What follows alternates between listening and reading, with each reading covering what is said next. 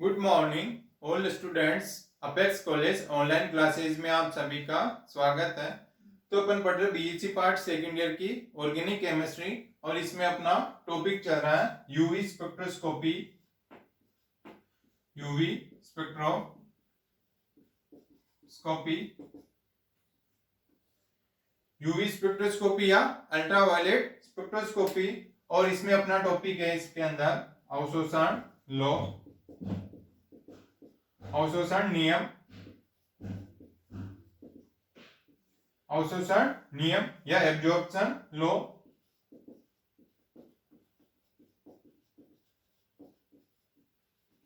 Absorption law या अवशोषण नियम जो यूवी स्पेक्ट्रोस्कोपी का है, तो यूवी स्पेक्ट्रोस्कोपी में जो बीयर लैम्बर्ट नियम पर आधारित होती है, यह है बीयर लैम्बर्ट नियम। बीयर लैम्बर्ट लॉ यानी यूवी स्पेक्ट्रोस्कोपी जो बीयर लैम्बर्ट नियम पर आधारित होती है। और बीयर लैम्बर्ट नियम क्या होता है, यानी जब एक वर्णी प्रकाश की किरण या मोनोक्रोमेटिक लाइट प्रकाश की किरण को समांगी या होमोजीनियस समांगी अवशोषक विलयन से गुजारा जाता है तो अवशोषक माध्यम की मोटाई के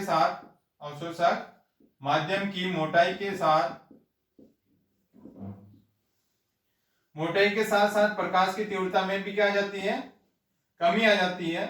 तो प्रकाश की तीव्रता में आई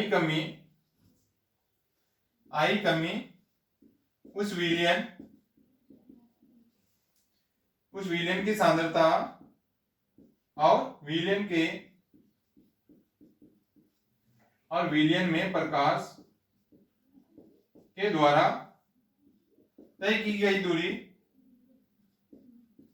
गई दूरी के समानुपाती होती है। इसको बोलते हैं बीयर लैम्बर्ट नियम। यानी बीयर लैम्बर्ट नियम क्या होते हैं, जब एक वर्णी प्रकाश की किरण या किसी मोनोक्रोमेटिक लाइट को यदि होमोजीनियस एब्जॉर्प्शन सॉल्यूशन के अंदर या समांगी अवशोषण विलयन होमोजीनियस एब्जॉर्प्शन सॉल्यूशन से गुजारते हैं, तो क्या करेगा, तो अवशोषक माध्यम की मोटाई के साथ साथ प्रकाश की तीव्रता में भी क्या आती है, कमी आती है। यानी अवशोषक जो पदार्थ यानी अवशोषक माध्यम की क्या क्या मोटाई है, यदि मोटाई अधिक होगी तो उसमें क्या होगा, प्रकाश की तीव्रता में भी क्या आएगी, कमी आएगी। तो उस विलयन की सांद्रता और विलयन में प्रकाश के द्वारा तय की गई दूरी के क्या होती है, समानुपाती होती है। इसको बोलते हैं बीयर लैम्बर्ट नियम। इसको बोलेंगे बीयर लैम्बर्ट नियम। तो ये इसके समानुपाती हो जाएगी, dx समानुपाती इसके, ये हो जाएगा minus d I upon d x के I C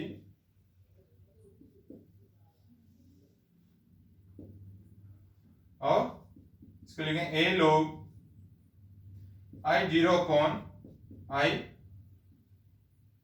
equal to e c l. अब यहाँ पे ए का मतलब क्या है, ए इक्वल टू होता है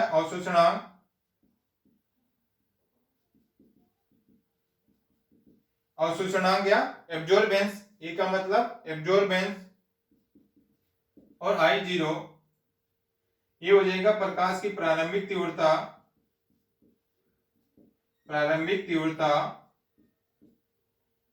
और ये आई का मतलब हो जाएगा विलयन से गुजरने के बाद की तीव्रता। यानी क्या हो जाता है, प्रकाश की तीव्रता में कमी आ जाती है। यानी प्रकाश की प्रारंभिक तीव्रता I0 और आई का मतलब क्या हो जाएगा, विलेन से गुजरने के बाद की प्रकाश की तीव्रता, और ये ई हो जाएगा मोलर एक्सटेंशन कोफिशिएंट या मोलर अवशोषण गुणांक, और C4 हो जाएगा विलेन की सांद्रता, कंसंट्रेशन ऑफ सॉल्यूशन, विलेन की सांद्रता, और L यानी क्या हो जाएगा, तय की गई दूरी। तो ये होता है बीयर लैम्बर्ट नियम, यानी एक का मतलब एब्जॉर्बेंस, I4 प्रकाश की प्रारंभिक तीव्रता या इसकी इंटेंसिटी प्रारंभिक, और I4 यानी इसको विलेन से गुजारने के बाद की क्या तीव्रता रहेगी, और ये फिर मोलर एक्सटेंशन कोफिशिएंट या मोलर अवशोषण गुणांक, और C4 concentration of solution, villain की सांद्रता, L4 तय की गई दूरी। ये होता है बीयर लैम्बर्ट नियम। अब नेक्स्ट आता है मोलर अवशोषकता।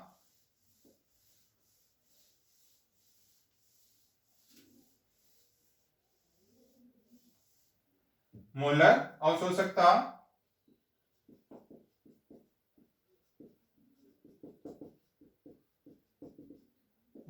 अवशोषकता या मोलर एब्जॉर्बिटिविटी, इसको यानी किसे कहेंगे, यानी किसी पदार्थ के अणुओं द्वारा अवशोषित, किसी पदार्थ के अणुओं द्वारा अवशोषित हुए विकिरणों की सामर्थ्य या स्ट्रेंथ या तीव्रता या इंटेंसिटी को प्रदर्शित करने वाली मात्रा को मोलर अवशोषकता कहते हैं। इसे ई द्वारा प्रदर्शित करते हैं, यानी मोलर अवशोषकता किसे कहेंगे, यानी किसी पदार्थ के अणुओं द्वारा अवशोषित हुए विकिरणों की सामर्थ्य, यानी जो अवशोषण होगा वो अवशोषित हुए विकिरणों की सामर्थ्य या उसकी तीव्रता को प्रदर्शित करने वाली मात्रा को मोलर अवशोषकता कहते हैं, और इसे ई द्वारा प्रदर्शित करते हैं। तो ये हो जाएगा मोलर अवशोषकता is equal to E into C into L, और ये हो जाएगा मोलर अवशोषकता, इसको ई द्वारा डिनोट करते हैं, तो ये आ जाएगा, और ये इसके नीचे आ जाएगा। तो A4 एब्जॉर्बेशन, C4 प्रकाश की सांद्रता, इसकी सांद्रता विलेन की सांद्रता L यानी तय की गई दूरी, और E4 मोलर अवशोषकता। ये हो गया अवशोषण नियम या एब्जॉर्बेशन लॉ।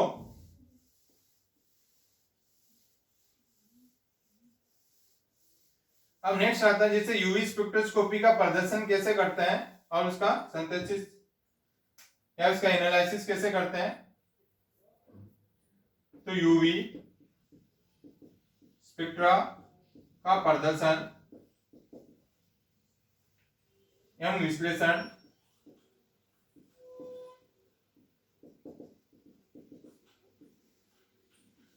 यूवी स्पेक्ट्रा का प्रदर्शन एवं विश्लेषण, presentation and analysis of UV spectra, presentation and analysis of UV spectra. तो यूवी स्पेक्ट्रा के रूप में क्या करते हैं, यूवी स्पेक्ट्रा में एक ग्राफ बनता है और जो यौगिक के अवशोषणांक, जैसे इसमें एक ग्राफ बनता है, इस प्रकार से एक ग्राफ बनता है, तो क्या रहेगा, ये तरंगदैर्ध्य लैम्डा, ये होगा नैनोमीटर में, और ये रहेगा अवशोषणांक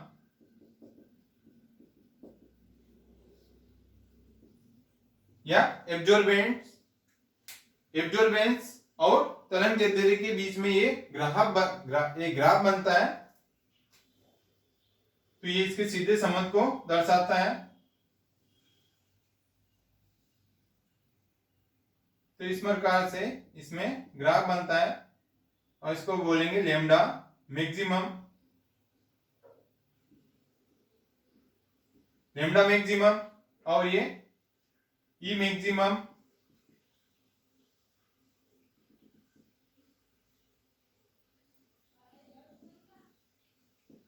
ये क्या हो जाएगा ई मैक्सिमम और ये लेमडा मैक्सिमम।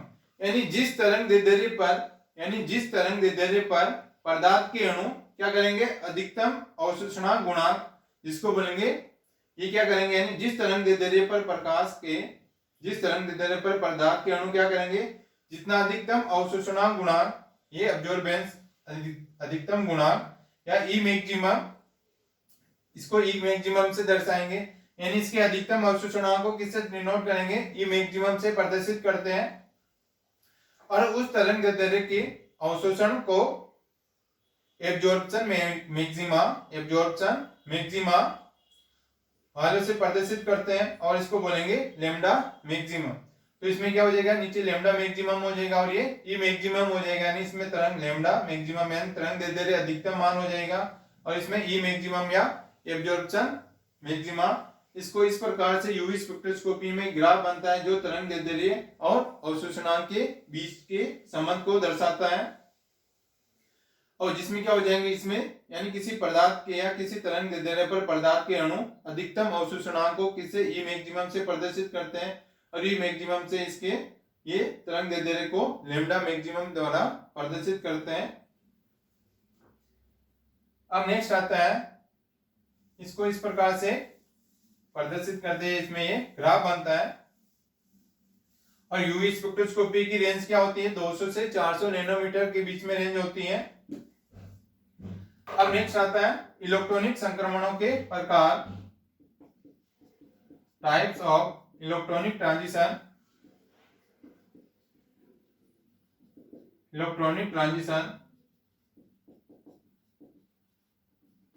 इलेक्ट्रॉनिक संक्रमणों के प्रकार, टाइप्स ऑफ इलेक्ट्रॉनिक ट्रांजिशन।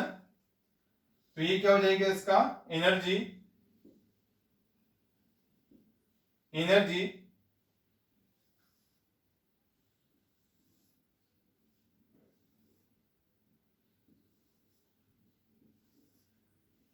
ये क्या है, सिग्मा, ये पाई का साथ सिग्मा और ये नॉन बॉन्डिंग और ये पाई स्टार और ये सिग्मा स्टार।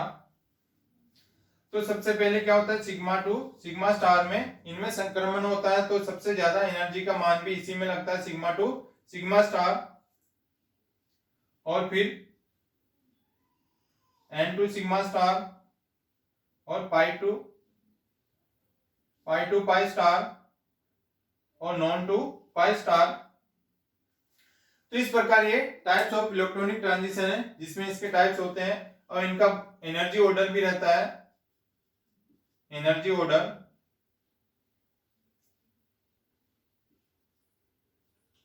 इनका ऊर्जा क्रम भी रहता है, जैसे sigma to sigma star, n to sigma star, pi to pi star और एन टू पाई स्टार।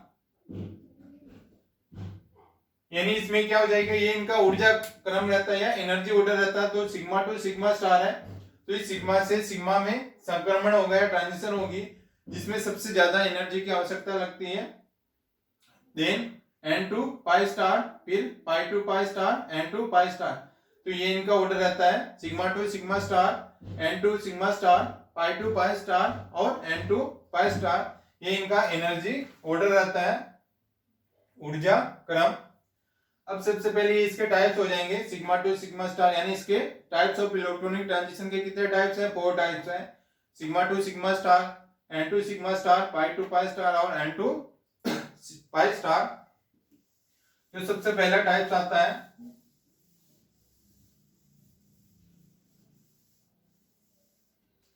सबसे पहला इसका टाइप्स आएगा सिग्मा टू सिग्मा स्टार संक्रमण,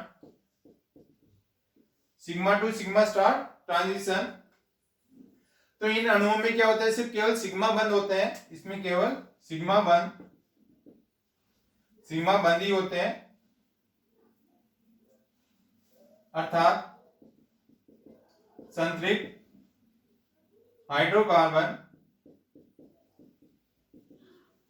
हाइड्रोकार्बन में सिग्मा टू सिग्मा स्टार संक्रमण होता है। इसमें क्या होगा, सिग्मा टू सिग्मा स्टार संक्रमण होता है। तो सिग्मा व सिग्मा स्टार कक्षकों की ऊर्जा में बहुत अधिक अंतर होता है, बहुत अधिक अंतर होता है। यानी सिग्मा टू सिग्मा स्टार के लिए सबसे अधिकतम एनर्जी होता है एवं कम तरंग दैर्ध्य,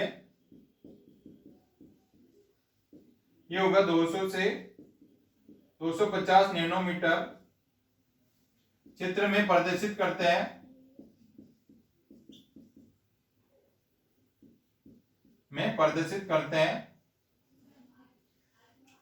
या प्रदर्शित होता है। यानी sigma to sigma star transition में क्या होगा, इसमें केवल सिग्मा बन होता है और इसमें संतृप्त हाइड्रोकार्बन में सिग्मा टू सिग्मा स्टार, जिसमें सेचुरेटेड, जिसमें डबल बॉन्ड और ट्रिपल बॉन्ड नहीं पाए जाते हैं। यानी संतृप्त जिसमें कार्बन और कार्बन के बीच में केवल सिंगल बॉन्ड होता है, उन संतृप्त हाइड्रोकार्बन में sigma to sigma star transition होता है। और सिग्मा व सिग्मा स्टार कक्षकों में क्या हो जाएगा, कक्षकों की ऊर्जा में भी बहुत अधिक इसमें अंतर होता है। और इसमें क्या होगा, जिसमें अधिकतम एनर्जी होगी और उसमें उसका तरंग दैर्ध्य या लैम्डा मैक्सिमम का मान क्या होगा, कम होगा। यानी जिसकी एनर्जी ज्यादा होगी उसका तरंग दैर्ध्य का मान कम होता है। तो इसमें कम तरंग दैर्ध्य होता है, ये होता है 200 से 250 नैनोमीटर क्षेत्र में ये सिग्मा टू सिग्मा स्टार प्रदर्शित होता है। और इसका एग्जांपल होता है एथेन और एल्केन, एल्केन वाले सारे एथेन। तो इसमें क्या हो जाएगा, ये सिग्मा टू सिग्मा स्टार में ट्रांजिशन करते हैं। और इसमें क्या हो जाएगा, एनर्जी जिसमें ज्यादा, इसमें क्या energy sigma to sigma star में एनर्जी सबसे ज्यादा है, तो जिसमें क्या हो जाएगा, लैम्डा मैक्सिमम या लैम्डा का मान या तरंग दैर्ध्य का मान इसमें कम होता है। तो एनर्जी का मान ज्यादा, तो लैम्डा का मान या तरंग दैर्ध्य का मान कम होता है। ये होता है sigma to sigma star transition. अब नेक्स्ट आता है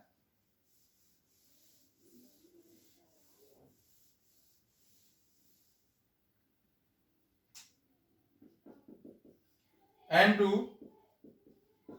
सिग्मा स्टार संक्रमण। N2 सिग्मा स्टार संक्रमण, तो ये भी क्या है, संतृप्त हाइड्रोकार्बन जिसमें अयुग्मित इलेक्ट्रॉन, यानी यह भी यह संतृप्त हाइड्रोकार्बन जिनमें अयुग्मित इलेक्ट्रॉन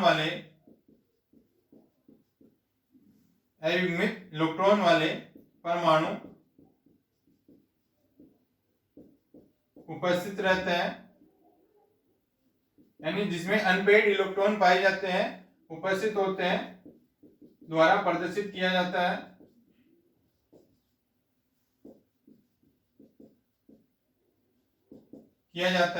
और इसकी ऊर्जा का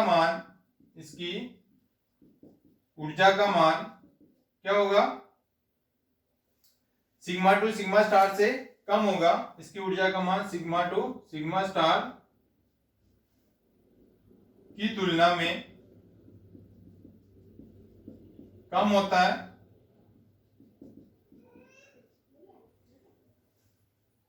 तो यानी ये कौन दर्शाते हैं, N2 सिग्मा स्टार संक्रमण, यह संतृप्त हाइड्रोकार्बन जिनमें क्या होंगे, अनपेड इलेक्ट्रॉन होंगे, वो वाले परमाणु, अनपेड इलेक्ट्रॉन वाले परमाणु उपस्थित होते हैं, उनके द्वारा ये N2 सिग्मा स्टार ट्रांजिशन होती है।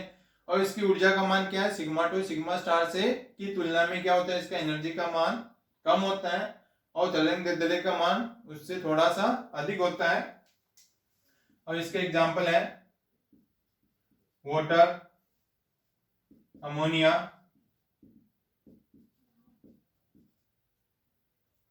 प्राइमरी अमीन,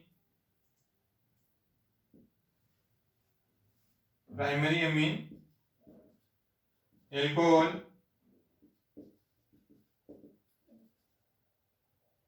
और ईथर।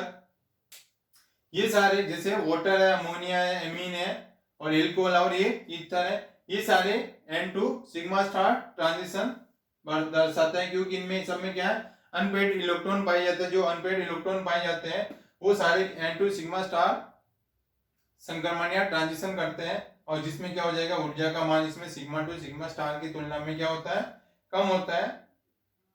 और बाकी का अपन नेक्स्ट क्लास में इनका डिस्कस करेंगे। ओके।